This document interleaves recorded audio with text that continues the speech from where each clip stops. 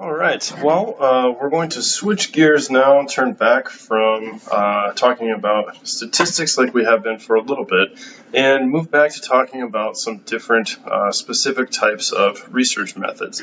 Again, this is obviously an experimental psych class where we want to focus on experiments, but in order to do that, we sometimes need to think about other types of research designs. So then we can think about their pros and cons and sort of compare them with what experiments buy for us. So keep in mind we've sort of started going down this list. We've talked at length about survey research, and today I'm going to cover observational research. So remember, all these different types of designs, for the most part, they are non-experimental. They rarely, except in the case of quasi-experiments and single-case designs, involve any real manipulation. For the most part, you're just seeing what's going on by asking people, watching people, reading records, things like that. So broadly today, to talk about observational research, it's useful to distinguish between quantitative approaches and qualitative approaches. And this is a distinction that we've made before in general when we think about different research strategies, but you can also make this distinction within purely observational types of research. So by quantitative, of course, what I mean is that you are deriving numbers, some sort of numerical representation of what you are observing in order to do some type of analysis on it. Qualitative approaches to observational research have to do with just describing what's going on. So in quantitative approaches, of course, you need to narrow down the types of behaviors or other data that you're interested in order to narrow it down to numbers. Because remember, if you're just observing something in the world, there could be a near infinite or limitless set of things that you could see and record. So you need to narrow it down in order not to be overwhelmed and to be able to give valid and reliable counts or estimates of those things that are going on. So for whatever your research question, you need to narrow it down to a particular behavior of interest. So it might be something like helping behavior in general, or whether people are approaching or avoiding something. We can think about that in a lot of different contexts: relationships, work, challenges, stress, things like that. Usually we think about approach and avoidance in interpersonal terms, but it generalizes to lots of other things. Or maybe you want to do something a little more simple and straightforward, like eye contact, how long conversations are, basically. So once you have chosen a behavior of interest, you then need to figure out how you're going to translate these sort of abstract ideas, like helping behavior or eye contact or whatever it happens to be, into actual numbers. So choosing your behavior is sort of separate from choosing your measure of behavior. So even if we think about a very straightforward example like eye contact, there are lots of different ways you might choose to measure eye contact. Maybe you're looking at it in a very simple way. Yes or no, did the person make eye contact with the other person that they were speaking to? Or maybe you want to talk about how long they were making eye contact, the duration of eye contact. So not just did they do it, but did they do it and how long? That might give you, instead of a categorical nominal type of variable, that might give you something continuous that you can use, right? Another one might be how frequently people are making eye contact. And this could mean any number of things. It might indicate nervousness, it might indicate interest, it might indicate something to do with their personality. There are lots of different things you might use frequency for. But I just use this example because even with a relatively simple or straightforward behavior that you're thinking of, there are lots of different ways you might choose to measure this. So it makes this a little bit more complicated than just saying, I'm going to measure eye contact. To get it into something that you can actually use statistically in a numerical format, it takes some planning and some work. from a qualitative standpoint, obviously your goals are a little bit different. You are taking generally a more holistic approach here and trying to think about as much going on in a particular situation as you can. So instead of trying to count different types of behaviors or measure something specific about them, you are approaching things from a narrative sense.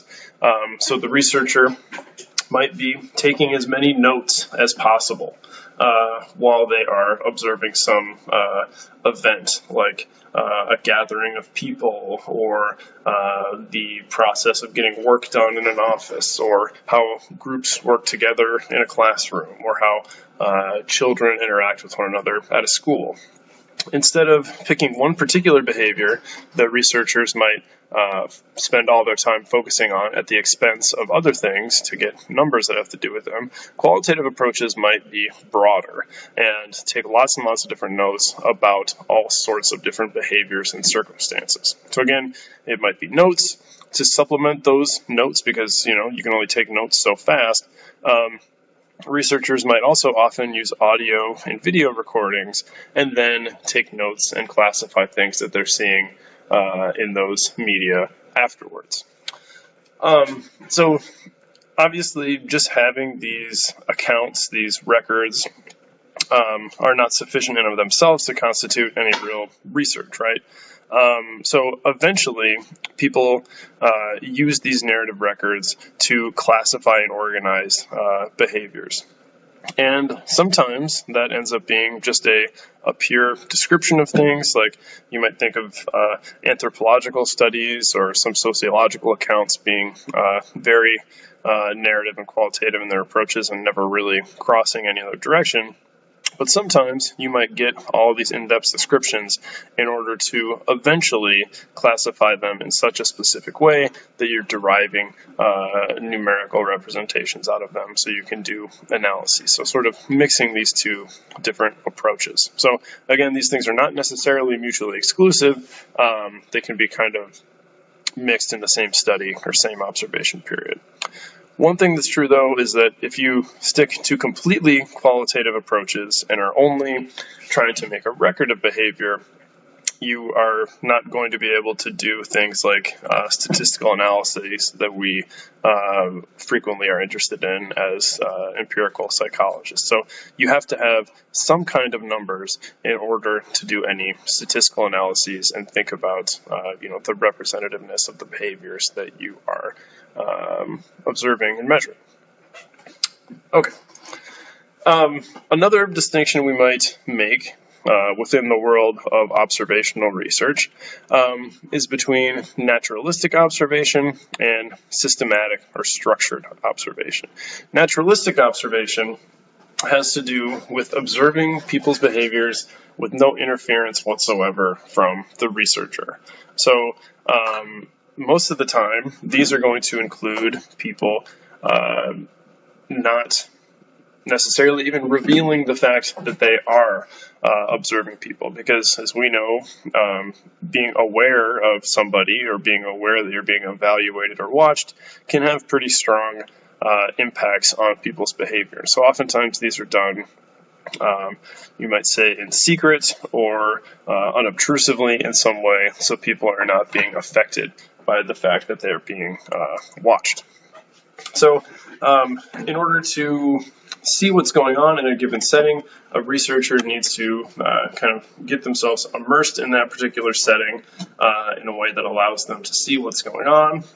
And you might think about this because, frequently the behaviors that we're interested in might not be easy to see, or they might not all be totally public. So you might need to get involved in a particular group to see what's going on, or it might be as simple as, if you wanted to look at, let's say, the interactions between parents and children. You might choose to observe their interactions at some public place like a library or a mall. But you can't necessarily do that from afar. You might really need to get involved in the setting that you're in. So maybe being close enough to see what people are saying, to hear what people are saying to each other, the parents and children, and actually be able to describe something meaningful about their interactions. You might not be able to do that in such a totally detached way. Researchers that are trying to make accounts of what people are doing in their normal everyday lives are going to keep, like I kind of alluded to already, extremely detailed notes, and again, they might supplement those things with video and audio recordings.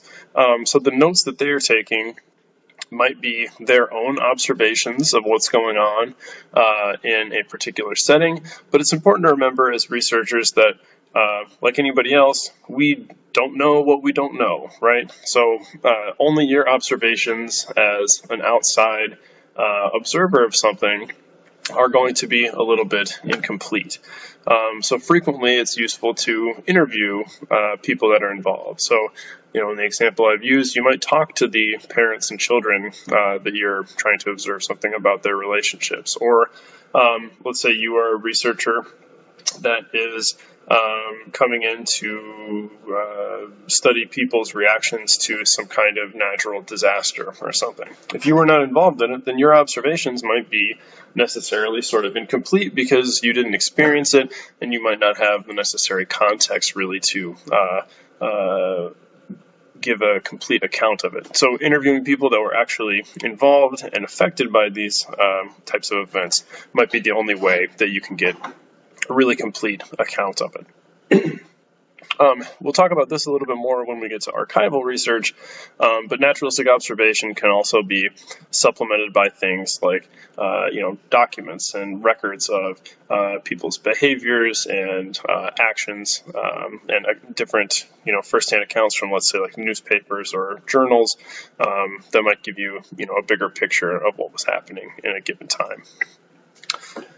Again, a lot of times these types of naturalistic observations are going to lead to just descriptions, qualitative data. You can't really do a statistical analysis on somebody's interview responses unless you do a lot of coding work after that. Similarly, summarizing documents is not going to lend itself very well to any statistical analysis. So usually, naturalistic observation is going to be limited to qualitative descriptions of what's going on in a particular place. So it's going to be less, fewer correlations and t-tests and more summaries and descriptions that we might hope that we're getting some sort of useful information from. So like any research strategy, naturalistic observation has pros and cons. Maybe the biggest advantage of naturalistic observation, because again, you're trying to immerse yourself in a real-world setting. Compare this with the laboratory, right? In a psychology experiment where you bring people into the lab, people are in a very artificial setting. They might be thinking a lot about what their actions are saying about them, and maybe more importantly, the things they're responding to are not real. They're things that the researchers have set up for them.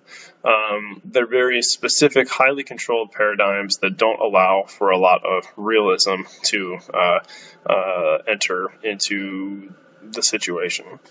So naturalistic observation is like the total opposite of that. You are going into the real world, seeing real settings where people are actually living their day-to-day lives and trying to see how they behave, how they act, how they relate to one another, how they navigate the world. So naturalistic observation arguably has the highest external validity or generalizability or realism of any type of research that we will talk about. But we'll talk about also how this goes in the direction of some disadvantages too.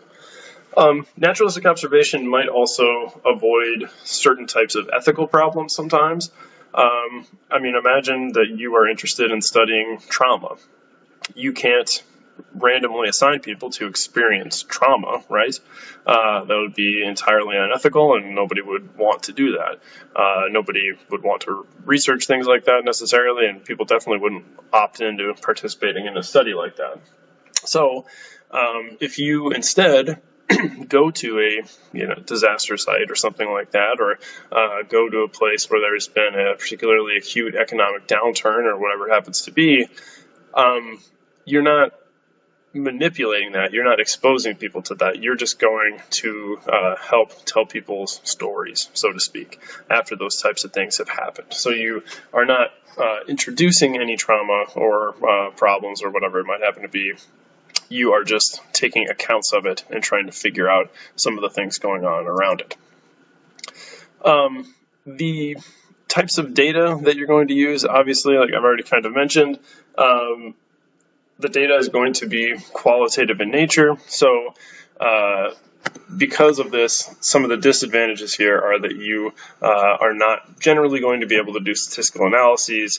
And of course, because you're maximizing external validity, you are also minimizing control. You essentially, in naturalistic observation settings, have no control whatsoever over how things are relating to one another. You have no confidence, even if you have a very specific hypothesis about an independent variable affecting a dependent variable, you can never have any confidence that there is a causal relationship or that the things are even really related, right? Because you are not manipulating or controlling anything that's going on in that setting. You're just looking and observing at these different co-occurrences of things.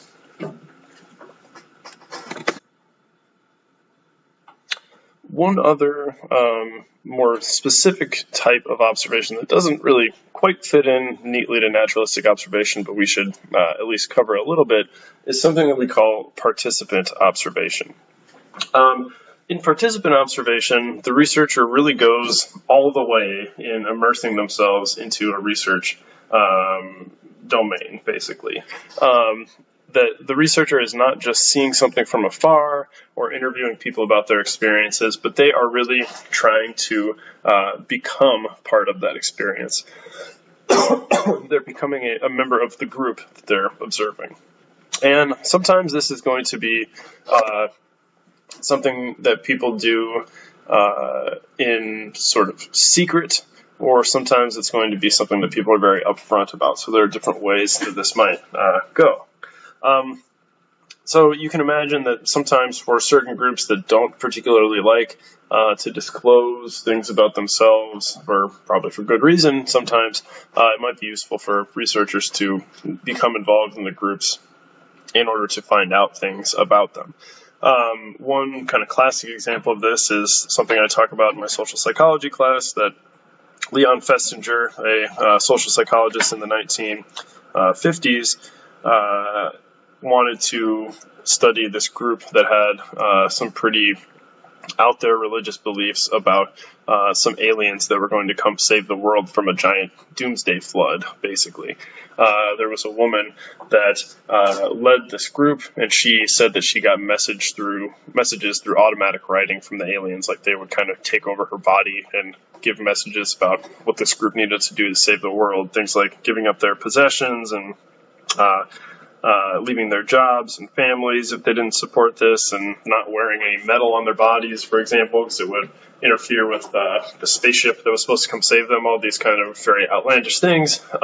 And Festinger and his colleagues wanted to study this group because they thought it was a good example, possibly, of how to demonstrate that not everything is about behavior. This was at a time in history and psychology where behaviorism was the most dominant way of looking at things. The idea that we shouldn't really think about what's going on in people's heads. We should just measure what we can about stimuli and rewards and punishments and how that affects behavior. We shouldn't think about what's going on inside people's heads at all, just the things we can directly observe. And Festinger said basically, well, that doesn't really explain lots of things that we know are kind of irrational, like belonging to a cult, for example. So Festinger and some of his colleagues, they joined this group that was kind of famously secretive, and got them to, buy into the idea that Festinger and co. were interested in actually joining. And they convinced them of that. They got to observe all these different things about their behavior, and they got to actually be there on the night that the world was supposed to end, that there was supposed to be some catastrophic flood, and the aliens that had been supposedly coming behind a comet that was passing at the time were going to come save this little group from destruction and the end of the world.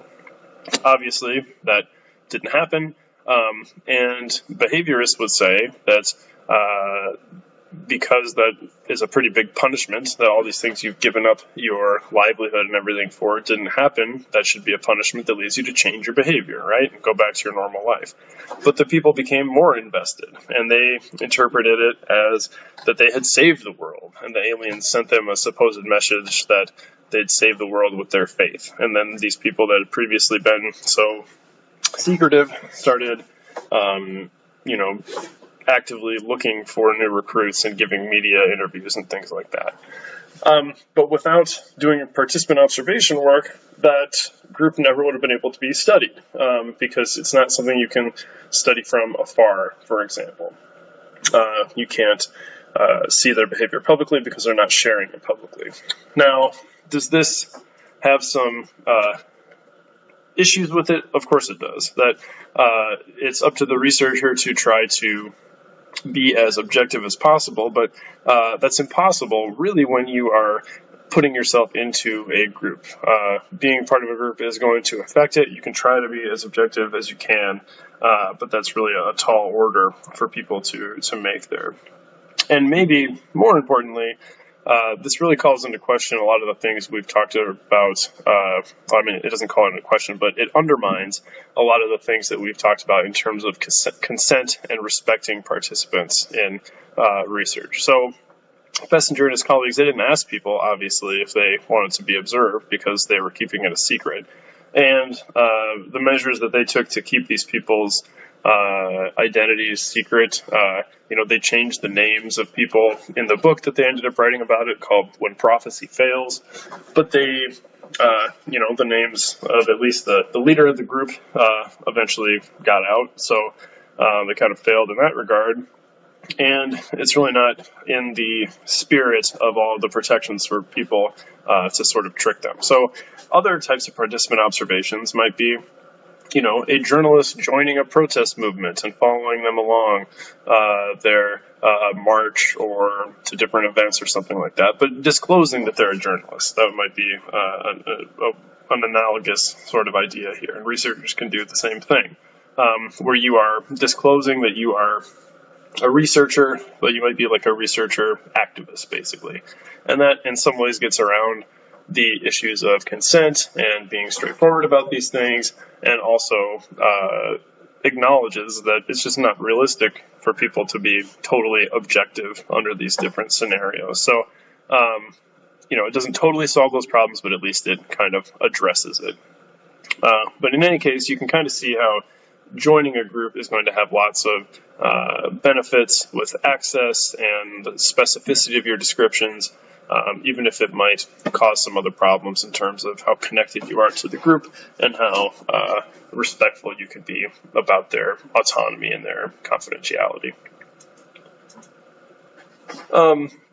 Like I've mentioned already, naturalistic observation is going to be the type of design that gives us the most external validity. We're going to be able to look at natural circumstances and see how people are actually acting out in their real lives. But again, we can't, from naturalistic observation, really say anything about the causal relationships between variables, because the researcher has no control whatsoever about what's going on. And the extent to which they are influencing things, that sort of undermines the whole idea of naturalistic observation. They shouldn't be influencing what's going on, or they're getting rid of the whole positive part of this, that you have this high external validity. You see how people actually act, as opposed to in a laboratory where they're acting according to some very strict prescriptions that researchers are allowing people to operate under.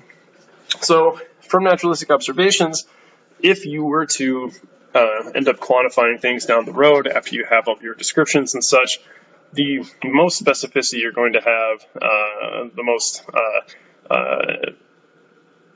rigorous relationship you'll be able to look at is something that has to do with cause and effect, is something that is correlational and is not cause and effect.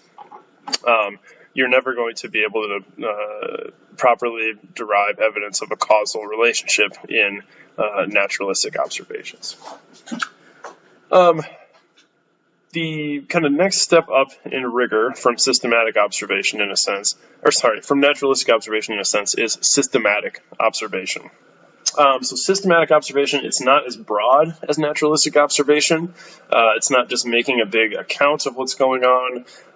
It's maybe putting a little more control on the scenarios that you're observing. And you are looking for very specific types of behaviors in order to exert that sort of control. So oftentimes, as researchers, you don't want to just totally assume that you know what's going on in a particular setting. So you might first kind of start with naturalistic observation to get a sense of what types of behaviors happen in a particular setting. And this can help you be a little bit more objective, not assume that you know everything about the setting that you're trying to research, and get an idea of the types of things you should be looking for once you start systematic observation. You can imagine you're studying a group of people that are marginalized in some way. You don't want to go in as a researcher and say, well, I think the most important about your behavior is how you deal with economic problems. And they're saying, well, we don't really think about that very much. We just, are going about our lives and trying to care for one another. And, just kind of a random example, but you don't want to assume that as a researcher, you know more about people's lives than they do, right? Even if you do have training, you're in this to learn about them, not to tell them or put them in a box about what their lives are like. So once you have a narrative record, you might kind of reduce the content of that to figure out what particular behaviors you should be searching for. And then, of course, it comes back to what I've kind of started this with, where you have your behavior of interest. Well, then you need to figure out how you're going to measure it. This, could be anything depending on what the behavior itself is, but you need to come up with a very specific way of coding for different behaviors.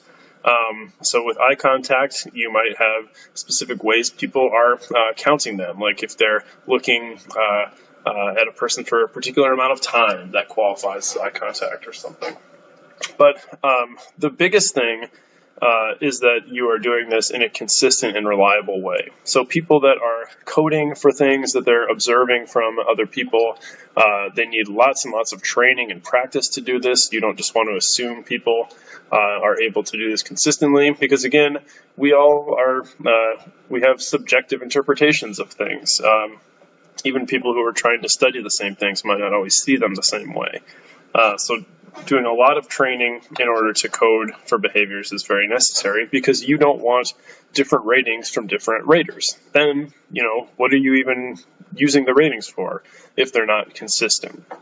And usually, always, I guess, people will try to come up with a number to put on this reliability. They kind of correlate the ratings from different raters, and you call that a Cronbach's alpha is the technical term for that. But it's just a correlation between different ratings, and you want to have that number be pretty much the bare minimum, a 0.8 between people for their inter-rater reliability. So you want those things to be pretty highly correlated. And if you have a very careful coding system that is very easy to interpret, then that is going to lead to that high reliability, and you'll have very precise and interpretable descriptions in your data. Generally, naturalistic observation is going to go for longer periods than systematic observation, just because you're trying to get all the information that you can. Systematic observations are usually going to be in a very prescribed period, where you're not just letting every thing go for too long, because it is much more intensive in some ways to try to focus in on a single behavior. You might do multiple observation periods, but they might not go for as long, basically. Again, you might do these things in a more naturalistic setting, or sometimes researchers might choose to do these things in settings that researchers have created. So a study that I participated in comes to mind where my wife and I went to a laboratory that was studying child development with my son, and we were asked to work together on some different puzzles. And I, don't know exactly what their hypotheses were, but they were trying to look at how we all interacted and how we helped one another solve these different puzzles. So that was a study where they were using systematic observation. They were looking for particular things like how much we all interacted with one another, probably things about our moods and demeanor and the way we were talking to each other, the successes or failures we had on different puzzles. But that wasn't in a totally natural setting, right? We came into the lab and they gave us specific things to do. But then within that kind of controlled setting, they were still making systematic observations about our behavior according to coding schemes that they had worked a long time to put together. So systematic observation kind of crosses the boundaries between the real world and the laboratory sometimes. One issue with systematic observation, because you're using short time windows to look at things and you're not necessarily catching all instances of some behavior, is that you might need to think about how you're sampling your observational periods. Like, if you're only observing people in a particular public setting from like noon to 1 on weekdays, you're probably not going to see behaviors like, drinking and sex, right? You need to look where those things are likely to happen in order to observe them. Now, you don't have a ton of natural observation of things like sexual behavior from a researcher's perspective, so there are ways that you need to try to look for more private, intimate types of behaviors like that from a research standpoint. So sometimes instead of just using researchers actually looking at people's behavior, you might instead use a type of strategy that kind of asks participants to report on their behavior at different set times or random times. Sometimes this involves giving, it used to be that you give people a notebook to record things in. Anymore, people frequently have apps or text messages that are coming to them that are prompting them to give reports, on health behaviors or, drinking behaviors or something like that, or just everyday experiential sampling.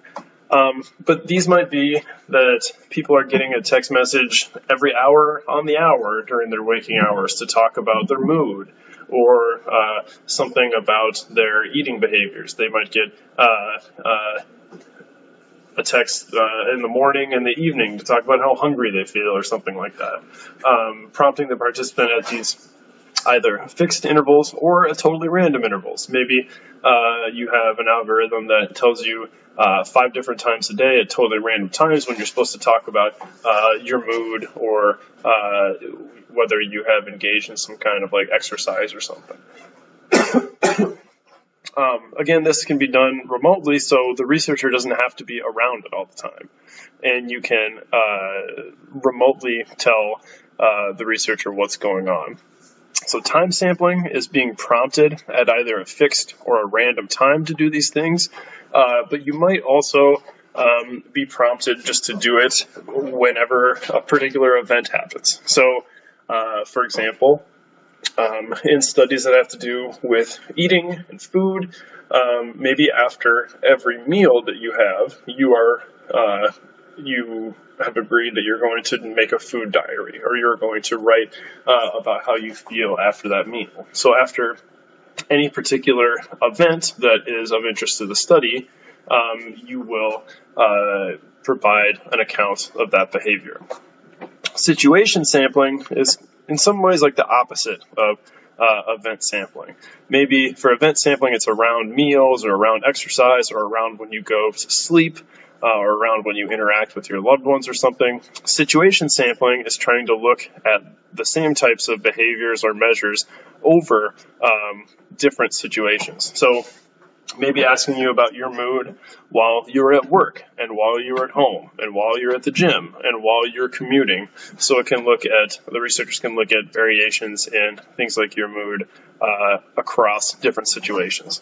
So again, you might be able to do these types of remote sampling things prompted by times, whether they're fixed or random, prompted by particular events of interest like meals or bedtimes or something, or prompted according to the different situations across one's day that you find yourself in. So that wraps it up for observational research. I will be back to talk about case studies and archival research on our journey through different types of non-experimental designs.